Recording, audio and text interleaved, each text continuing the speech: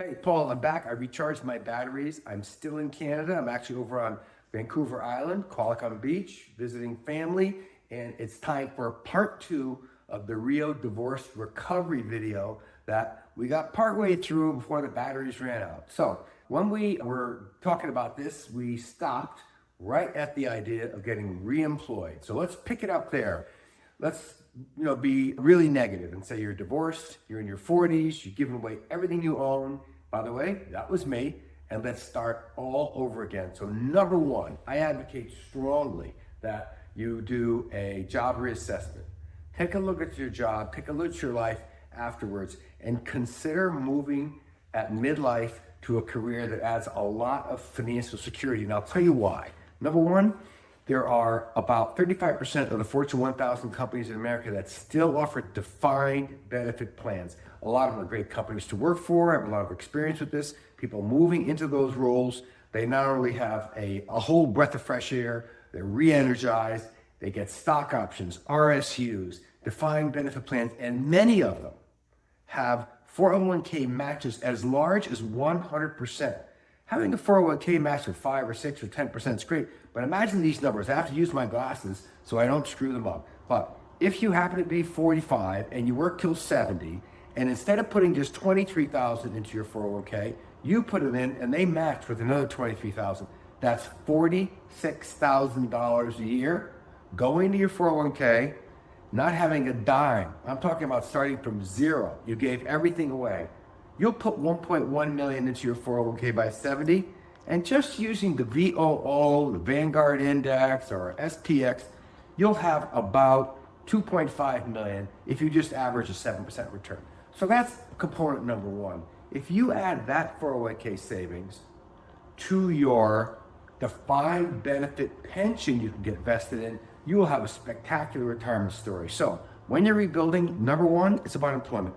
Number two, re-educate yourself. I went back to school nights. I know it's a pain in the neck, but guess what? If you re-educate yourself, add another degree, another certificate, it increases your value not only to yourself, but to the employers of the world. And in many cases, if you get re-employed, they'll pay for that degree, help you move forward, your income will go up.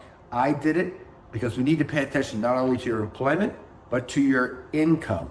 Okay, next, get a side gig. Any side gig can help. I did 4 houses. My poor wife, Linda, my second wife, Linda, that I'm married to today, I made her move like 4 times in 5 years. However, for me, the side gig was doing real estate rehabs and resales. I did 4 in a row. We added a lot of new net worth. It was a great way to rebuild. But you can do a lot of side gigs.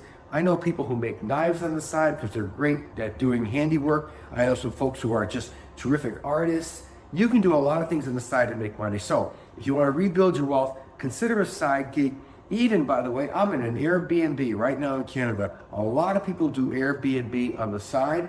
It's a very lucrative side gig. Okay, let's keep great credit. The number 4 is don't let your divorce screw up your credit. If you screw up your credit, you screw up a lot of things in your life. You end up paying higher interest. You're not able to get loans. You need to keep good credit. Don't fool around. Don't get into an argument with your ex-spouse about the credit card bills and the mortgage and all stuff. Everything needs to be 100% paid. I advocate paying all your bills, paying all your child support, paying all your alimony, living up 100% to your legal obligations. But the benefit of that is also keeping really good credit. Okay, next, if you have children, you can borrow college, you cannot borrow retirement. So here's my advice when it comes to college. If you happen to be in midlife, and let's say that your kids are, 10 and 12, you're going to be facing a big bill, right, in about 10 years for college. You can borrow all the money in the world to educate your kids as long as you have a plan. Now, in my first book, Smart Financial Grandparenting, this is a very good time to bring this topic up if you have parents that are still alive, that love your children, and they might be thinking, oh God, Paul's in a terrible mess because he got divorced. How can we help? I would give them a copy of that book on how grandparents can also help you pay off college loans for their grandchildren. And by the way, that's just one technique. The second technique is letting the stock market pay off your college loans for children by not touching your retirement funds until they reach a magnitude. When your kids are older, they're out of college, you defer the loans for as long as you can, and your 401k is at the magnitude that you can use it to take distributions to pay off college loans. Usually that means you need to get from, say, 45 to 59 and a half, all 14 years, when you can withdraw funds without a 10% penalty, and use those funds to help pay off college loans.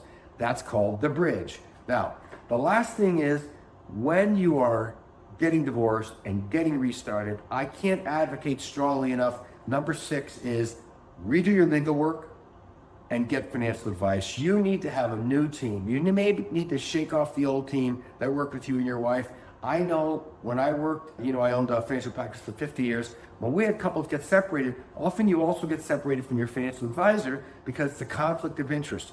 We do usually make clients choose. So it might be a good time for you, midlife, to get your new legal work done, get with a financial advisor that you can afford, that can help you, even if you're just paying them by the hour in the beginning, not necessarily an investment advisor, but a financial advisor, right? Someone who can kind of coach you through some of the things that I'm talking about. If you can't find one, by all means, post a question or a link below to follow us on YouTube, follow our podcast, click on the links in the captions below, and we will be happy to get you a list of the companies that have great retirement plans, the companies that pay great benefits, and the companies that have as much as a 100% 401k match. And I'll see you again next time.